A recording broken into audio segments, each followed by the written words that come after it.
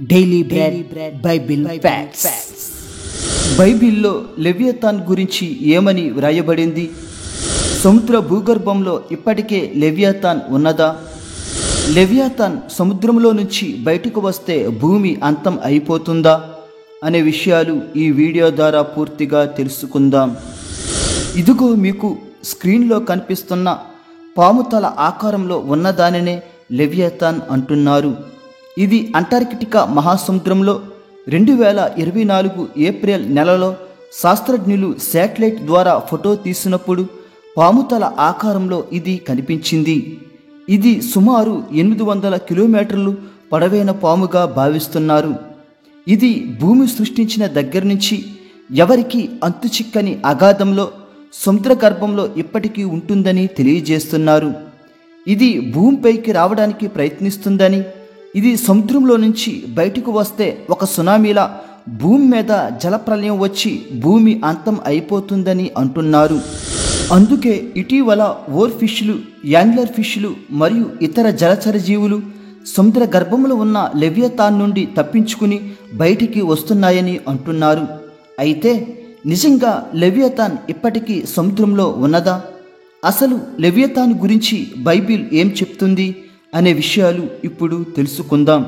కావున ఈ వీడియోను చివరి వరకు వీక్షించి లైక్ చేసి సబ్స్క్రైబ్ చేసుకోవడం మర్చిపోవద్దు. లెవియథాన్ అనే పేరు మన తెలుగు బైబిల్లో ఎక్కడా కనిపించదు. ఇది కేవలం ఇంగ్లీష్ బైబిల్లో మాత్రమే కనిపిస్తుంది. మన తెలుగు బైబిల్లో మకరం అని వ్రాయబడింది. దీని గురించి యోబు గ్రంథం 41వ అధ్యాయంలో పూర్తిగా వ్రాయబడింది. యోబు 41వ అధ్యాయము 1వ వచనం, నీవు మకరమును గాలముతో బయటికి లాగగలవా? దాని నాలుకకు త్రాడు వేసి లాగగలవా? అలాగే ఇంగ్లీష్ బైబిల్లో ఏం వ్రాయబడిందో తెలుసుకుందాం. Job 41 chapter 1st version, const thou draw out Leviathan with an hook, or his tongue with a cord which thou lettest down. ఈ విధంగా ఇంగ్లీష్ బైబిల్లో లెవియథాన్ అని, తెలుగు బైబిల్లో మకరము అని వ్రాయబడింది. లెవియథాన్ అనేది ఒక రకమైన జలచర జీవి. యోబు 41వ అధ్యాయంలో భయంకరమైన క్రూరత్వం మరియు మహాశక్తి కలిగిన భయంకరమైన జంతువుగా వ్రాయబడింది. లెవియథాన్ అనగా హిబ్రూ బైబిల్ ప్రకారం చుట్టబడిన లేదా వక్రీకృత అని అర్థం. అలాగే యెషయా 27:1లో లెవియథాన్ గురించి ఈ విధంగా వ్రాయబడింది, ఆ దినమున యెహోవా గట్టిదై గొప్పదై బలమైన ఒక ఖడ్గము పట్టుకొనును, తీవ్ర సర్పమైన మకరమును, వంకర సర్పమైన మకరమును ఆయన దండించును, సముద్రము మీదనున్న మకరమును సంహరించును. ఈ లేఖనం ప్రకారం తీవ్ర సర్పమైన మకరము అంటే లెవియథాన్ అనేది వేగంగా కదిలే సర్పం మరియు సముద్ర రాక్షసి. దీని ప్రకారం సముద్రంలో ఉండే మహాభయంకరమైన పొడవైన వేగంగా కదిలే సర్పమే లెవియథాన్. అయితే ఈ క్రూరమైన లెవియథాన్ని దేవుడే సృష్టించాడు. కీర్తనలు 104వ అధ్యాయము 25-26 వచనములు, అదిగో విశాలమైన మహాసముద్రము, అందులో లెక్కలేని జలచరములు, దానిలో చిన్నవి పెద్దవి జీవరాశులున్నవి, అందులో ఓడలు నడుచుచున్నవి, దానిలో ఆటలాడుటకు నీవు నిర్మించిన మకరములున్నవి. ఈ లేఖనం ప్రకారం విశాలమైన మహాసముద్రంలో లెక్కలేని జీవరాశులను, పెద్దవి చిన్నవి దేవుడు సృష్టించాడు. అందులో లెవియథాన్ను కూడా దేవుడే సృష్టించాడు. అయితే లెవియథాన్ గురించి యోబు 41వ అధ్యాయంలో పూర్తిగా వ్రాయబడింది. ఈ అధ్యాయంలో దేవుడు లెవియథాన్ యొక్క బలము, దాని శక్తి గురించి తెలియజేసి, మరి దానిని సృష్టించిన దేవుని శక్తి ఇంకెంత గొప్పదో అని తెలియజేయడానికే దేవుడు యోబుతో మాట్లాడాడు. ఈ అధ్యాయం ప్రకారం లెవియథాన్ వర్ణన ఎలా ఉంటుందో తెలుసుకుందాం. లెవియథాన్ని దేని చేత మరియు దేనికి కట్టివేయలేము మరియు దానిని మచ్చిక చేసుకోలేము. ఇది చూడడానికి భయంకరంగా ఉంటుంది. అలాగే దీనిని మానవులు ఏమీ చేయలేరు. కావున దీనిని ఒంటరిగా విడిచిపెట్టడం మంచిది. అలాగే లెవియథాన్ అందమైన రూపం కలది, కానీ పొలుసులతో కప్పబడి ఉంటుంది. అలాగే దాని ఛాతీ, దాని వీపు అభేద్యంగా ఉంటుంది. అలాగే లెవ్యతానికి భయంకరమైన దంతాలు ఉంటాయి. అలాగే దాని దగ్గరికి ఎవరైనా వెళ్తే ఎవరికైనా మరణం తప్పదు. మరియు బలవంతులు కూడా లెవ్యతాన్ని చూసి భయపడతారు. కత్తి, బాణం, రాయి, గదలు వంటి ఆయుధాలు దానిని ఓడించలేవు.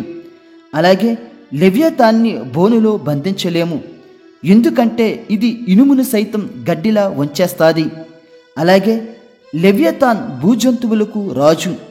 భూమిపై ఏది దానితో సమానం కాదు, భయం లేని జీవి. ఇప్పుడు చెప్పిన లెవ్యతాన్ వర్ణనను బట్టి కొంతమంది మొసలి అంటున్నారు, మరికొంతమంది తిమింగలం లేదా సొరచేప అంటున్నారు.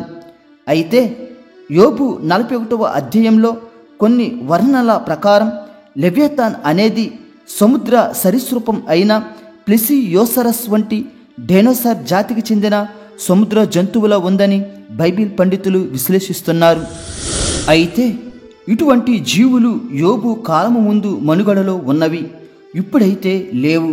అయితే ప్రస్తుతానికి కొంతమంది ప్రజలు అట్లాంటిక్ మహాసముద్రంలో కనిపించే పాము ఆకారంలో ఉన్న జీవిని బైబిల్లో ఉన్న లెవ్యతానికి లింక్ పెట్టి బైబిల్లో ఉన్న లెవ్యతాన్ ఇదే అని ప్రచారం చేస్తున్నారు. కానీ బైబిల్లో ఉన్న లెవ్యతాన్ ఇది కాదు. దీనికి బైబిల్కు అసలు సంబంధమే లేదు. బైబిల్ ప్రకారం లెవ్యతాన్ అంటే మకరము అనగా సాతానుతో పోల్చబడింది. సాతాను బైబిల్లో అనేక పేర్లతో పోల్చబడింది. సాతాను అని ఇంగ్లీష్లో లూసిఫర్ అని, అపవాది అని, ఘటసర్పము అని, మకరము అని, రాహాబు అని, దుష్టుడు అని సాతానుకు పేర్లు కలవు. ఇప్పుడు సాతాను అనే మకరము గురించి బైబిల్లో ఏం వ్రాయబడిందో తెలుసుకుందాం. కీర్తనలు 74వ అధ్యాయము 14వ వచనం. మకరం యొక్క శిరస్సును నీవు ముక్కలుగా గుట్టితివి, అరణ్యవాసులకు దానిని ఆహారముగా ఇచ్చితివి. ఈ లేఖనంలో కనిపించే మకరము ఎవరంటే సాతాను. సాతాను పరలోకంలో పాపం చేసినప్పుడు దాని తలను దేవుడు ముక్కలుగా కొట్టి పాతాళంలో బంధించాడనే అర్థాన్ని సూచిస్తుంది. అదే మకరము రాహాబుగా కూడా పిలువబడింది. ఈ రెండు పేర్లు సాతానివే. యోబు గ్రంథము 26వ అధ్యాయము 12వ వచనం. తన బలము వలన ఆయన సముద్రమును రేపును, తన వివేకం వలన రాహాబును పగలగొట్టును. ఈ లేఖనంలో కనిపిస్తున్న రాహాబు ఎవరంటే సాతాను. ఆయన బలము చేత సాతానుని దేవుడు పగలగొడతాడని దీని అర్థం. ఇదే రాహాబు మహాసర్పంతో పోల్చబడింది. అంటే సాతాను మకరము, రాహాబు మహాసర్పముతో పోల్చబడింది. ఆయన హస్తము పారిపోవు మహాసర్పమును పొడిచెను.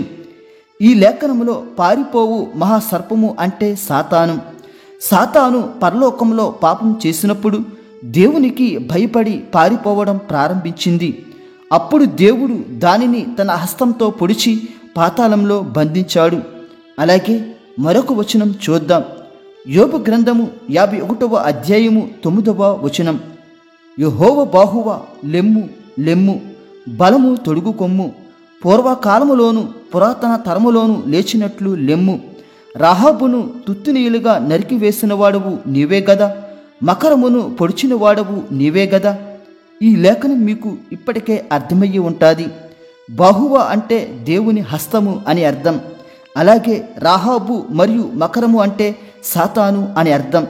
సాతానుని దేవుడు పూర్వకాలంలో పరలోకములో పాపం చేసినప్పుడు తన చేత్తో తుత్తునీయులుగా పొడిచి సాతానును పాతాళంలో దేవుడు బంధించాడు.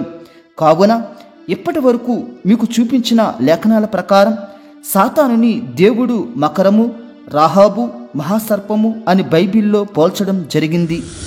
ఇదే మకరాన్ని అనగా సాతానును దేవుడు 1000 ఏండ్ల పాలన అయిన తరువాత నాశనం చేసి అగ్నిగుండంలో పడవేస్తాడు. యెషయా గ్రంథము 27వ అధ్యాయము 1వ వచనం. ఆ దినమున యెహోవా గట్టిదై గొప్పదై బలమైన తన ఖడ్గము పట్టుకొనును. తీవ్ర సర్పమైన మకరమును, వంకర సర్పమైన మకరమును ఆయన దండించును. సముద్రము మీదనున్న మకరమును సంహరించును. ఈ లేఖనం ప్రకారం రాబోయే కాలంలో దేవుడు సాతానుని సంహరిస్తాడు. మకరము ఎంత బలమైనదో యోబు 41వ అధ్యాయంలో మనం నేర్చుకున్నాం. అటువంటి బలమైన మకరమును అనగా సాతానును దేవుడు బలమైన ఖడ్గము చేత పట్టుకొని దానిని సంహరించి అగ్నిగుండంలో పడవేస్తాడు. ప్రకటన గ్రంథము 20వ అధ్యాయము 10వ వచనం. వారిని మోసపరిచిన అపవాది అగ్ని గంధకములు గల గుండములో పడవేయబడును. ఈ అపవాదిని దేవుడు అగ్నిగుండంలో పడవేస్తాడు. ఈ అపవాది ఆ పై వచనాల్లో ఘట సర్పము అని పిలువబడింది. అతడు ఆది సర్పమును అనగా అపవాదియు సాతానును అను ఆ ఘట సర్పమును పట్టుకొని, ఈ లేఖనం ప్రకారం ఆది సర్పము ఘట సర్పము అపవాది అన్న సాతానే. ఈ సాతానే మకరము రాహాబు అను పేర్లతో పిలువబడింది. దీనిని ఆఖరికి దేవుడు అగ్నిగుండంలో పడవేస్తాడు. కావున మకరము అనగా లెవ్యాతాన్. ఈ లెవ్యాతాన్ సాతానుతో పోల్చబడింది. అయితే ఇందులో కనిపిస్తున్న లెవ్యాతాన్ ఎవరు? ఇది నిజంగా ఇప్పటికీ బ్రతికి ఉన్న లెవ్యాతానేనా అంటే కాదు. అసలు ఇది లెవ్యాతాన్ అనే పాము కాదు. సముద్రంలో లెవ్యాతాన్ అసలు లేదు. అయితే ఇందులో పాముతల ఆకారంలో ఉన్నది ఏమిటంటే, భూమి అంతర్భాగంలో టెక్టానిక్ ప్లేట్స్ ఉంటాయి. ఇవి ఒక్కొక్కసారి భూమి లోపల సర్దుకుంటూ ఉంటాయి. అటువంటప్పుడు ఇటువంటి ఆకారాలు కొన్ని సందర్భాల్లో ఏర్పడతాయి. శాటిలైట్ ఫోటో తీసినప్పుడు పాముతల ఆకారంలో కనిపించగానే ఇది లెవ్యాతాన్ అని ఆల్రెడీ దీని గురించి కొన్ని గ్రంథాల్లో వ్రాయబడ్డాయి. కాబట్టి ఇది అదేనని ప్రచారం చేయడం మొదలుపెట్టారు. ఇక జలప్రలయం వచ్చి భూమి అంతం అయిపోతుందని అపోహాలు సృష్టించారు. ఇదంతా ఒక తప్పుడు ప్రచారం. భూమి అంతం అవడానికి లెవ్యాతాన్కి అసలు సంబంధమే లేదు. భూమి అంతం అవ్వాలంటే దేవుడు బైబిల్లో కొన్ని సూచనలు చెప్పడం జరిగింది. అందులో మొదటిగా మార్కు సువార్త 24వ అధ్యాయము 14వ వచనం.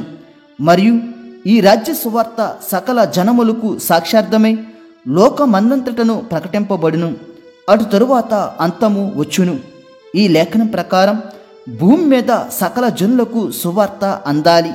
ఇంకా మారుమూల అడవులలో నివసించే గిరిజనులకు, ఎటువంటి టెక్నాలజీ లేని ప్రాంతాలకు సువార్త అందాలి. అప్పటి వరకు అంతము రాదు. ఇక రెండవది యెషయా 5వ అధ్యాయము 26వ వచనం. ఆయన దూరముగానున్న జనములను పిలుచుటకు ధ్వజమునెత్తును, భూమి అంతము నుండి వారిని రప్పించుటకు ఏలగొట్టును.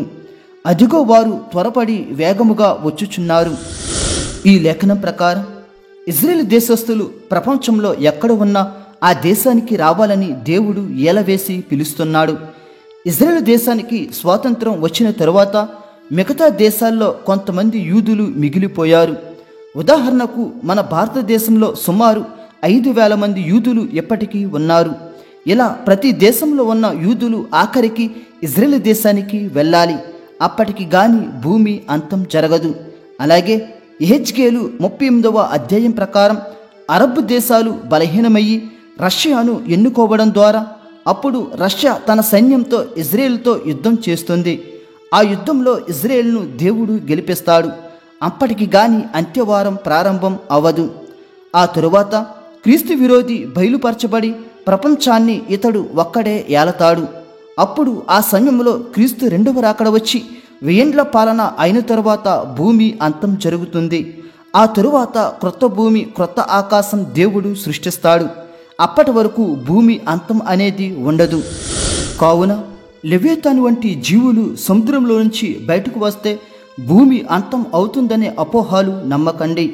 యోబు గ్రంథంలో రాయబడిన లెవ్యాతాన్ ఇప్పుడు మనుగడలో లేదు. మిగతా లేఖనాలన్నీ కూడా సాతాను గురించి జరిగిన ప్రవచనాలు మరియు సాతాను గురించి జరగబోయే ప్రవచనాలు మాత్రమే. దేవుడు మిమ్ములను మీ కుటుంబములను దీవించునుగాక. ఆమేన్.